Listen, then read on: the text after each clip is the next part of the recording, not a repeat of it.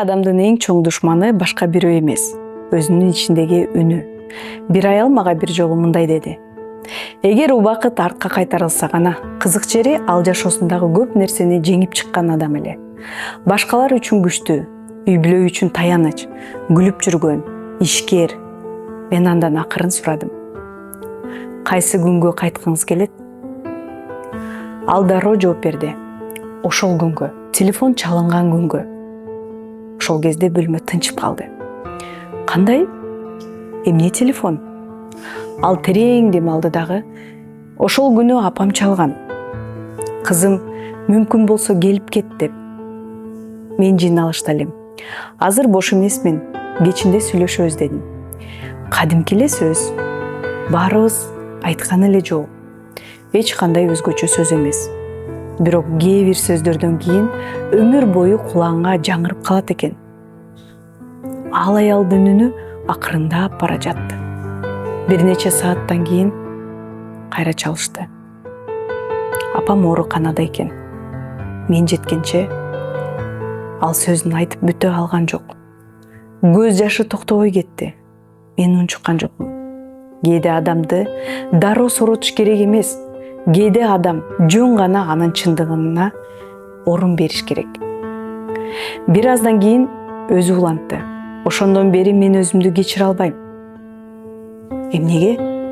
Ал мени таң калгандай карады. Анткени трубканы албай койгом. Бир жолу. Ооба.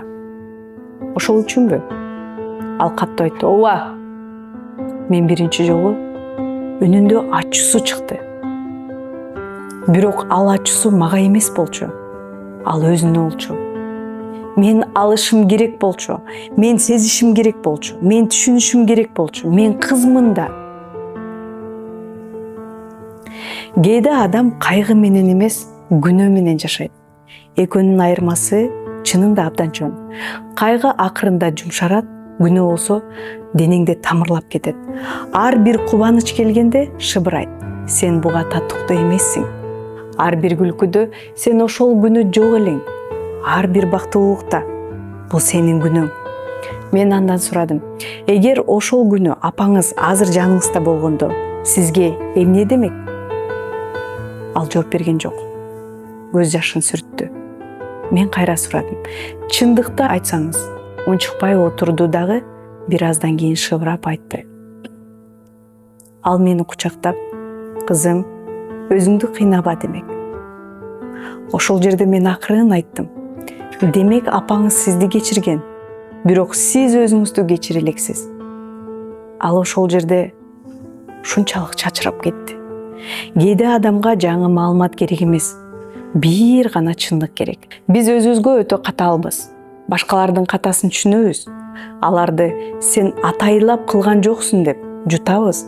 Бирок өзүбүзгө келгенде жок. Өзүбүзгө өзүбүз сот болобуз. Өкүм чыгарабыз, жаза беребиз. Жылдар бою бир гана ката үчүн, бир чечим үчүн, бир жооп берилбей калган телефон үчүн.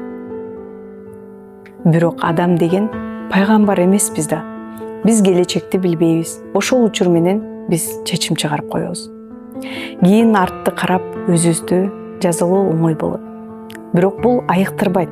Бул жөн гана жараны тирүү кармап гана турат. Ошон үчүн бүгүн сенден сурайын: сен көтөрүп жүргөн жан дүйнөңдөгү таш чындап күнөөлүүбү? Же жөн гана көп жылдан бери өзүңдү, жан дүйнөңдү кыйнап келген өкүмбү? Анткени көзгө көрүнбөгөн эң оор таштардын бирөөсү: мен өзүмдү кечире элекмин.